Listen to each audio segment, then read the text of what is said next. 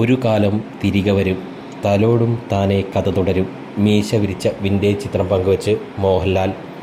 മലയാളികളെ മോഹൻലാലിനെ നായകനാക്കി തരുൺ മൂർത്തി സംവിധാനം ചെയ്ത തുടരും കളക്ഷൻ റെക്കോർഡുകൾ തിരുത്തിക്കുറിച്ചുകൊണ്ട് തിയേറ്ററുകളിൽ പ്രദർശനം തുടരുകയാണ്. കേരളത്തിൽ നിന്ന് മാത്രം 100 കോടി നേടിയ ചിത്രം ആഗോളതലത്തിൽ 200 കോടിയും പിന്നിട്ടാണ് മുന്നേറുന്നത്. മോഹൻലാലിൻ്റെ ഷൺമുഖനെ ആബാലവൃന്ദം ജനങ്ങൾ ഏറ്റെടുത്തു എന്നതിൻ്റെ തെളിവാണ് ചിത്രത്തിൻ്റെ വമ്പൻ വിജയം. അതിന് മാറ്റുകൂട്ടിക്കൊണ്ട് ഒരു ചിത്രം സാമൂഹിക മാധ്യമങ്ങളിൽ പങ്കുവച്ചിരിക്കുകയാണ് ഇപ്പോൾ മോഹൻലാൽ. മുൻപ് സ്റ്റണ്ട് ആർട്ടിസ്റ്റായിരുന്ന ഷൺമുഖൻ്റെ പഴയകാല ചിത്രമാണ് മോഹൻലാൽ പങ്കുവച്ചിരിക്കുന്നത്. ചിത്രത്തിലെ കഥ തുടരും എന്ന ഗാനത്തിൻ്റെ വരികളാണ് മോഹൻലാൽ അടിക്കുറിപ്പായി ഇതിന് ഉപയോഗിച്ചിരിക്കുന്നത്. പോസ്റ്റ് ചെയ്ത് കുറച്ചു സമയത്തിനകം ചിത്രം വൈറലായി. 10,000-കണക്കിന് പേരാണ് ചിത്രം ലൈക്ക് ചെയ്തതും താഴെ കമൻറ്റ് ചെയ്തിരിക്കുന്നതും.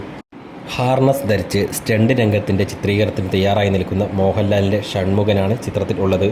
ഒപ്പം സ്റ്റണ്ട് മാസ്റ്ററായ ഭാരതി രാജയുടെ കഥാപാത്രത്തെയും വിജയ് സേതുപതി അവതരിപ്പിച്ച ഷൺമുഖൻ്റെ സുഹൃത്ത് അൻപിനെയും ചിത്രത്തിൽ കാണാം. ഒരു കാലം തിരികെ വരും, ചെറുതൂവൽ ചിരി പകരും, തലോടും താനേ കഥ തുടരും.